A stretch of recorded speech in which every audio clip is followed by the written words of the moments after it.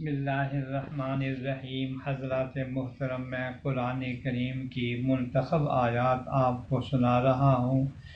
آج قرآن کریم کی ایک آیت کا ترجمہ سناتا ہوں۔ سورہ انفال کی آیت ہے، ترجمہ یہ ہے: اے ایمان والو، خیانت نہ کرو اللہ سے اور رسول سے، اور نہ خیانت کرو آپس میں۔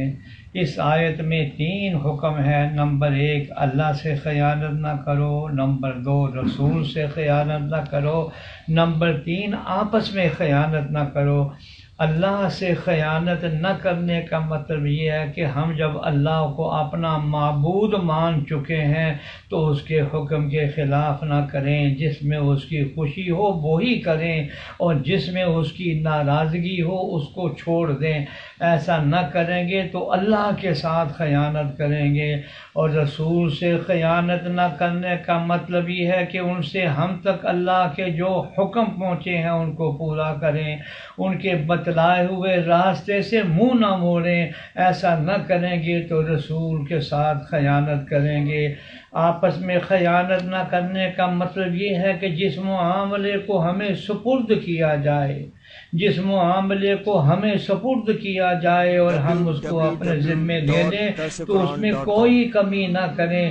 ایسا نہ کریں گے تو خیانت ہوگی۔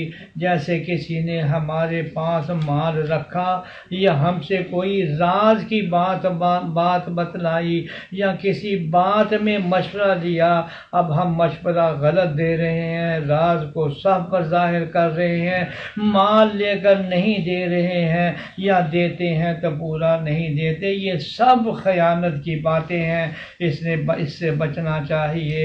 رسول اللہ صلی اللہ علیہ وسلم خیانت سے پناہ مانگتے تھے اور کہتے تھے: الہی مجھے خیانت سے بچانا کہ یہ بہت بڑا اندرونی ساتھی ہے۔ حضور صلی اللہ علیہ وسلم نے خیانت کو منافق کی نشانی بتلایا ہے اور کہا کہ مسلمان کا بھائی ہے، اس سے خیانت نہ کرنا چاہیے۔ یا اللہ ہمیں صحیح سمجھ عطا فرما، آمین۔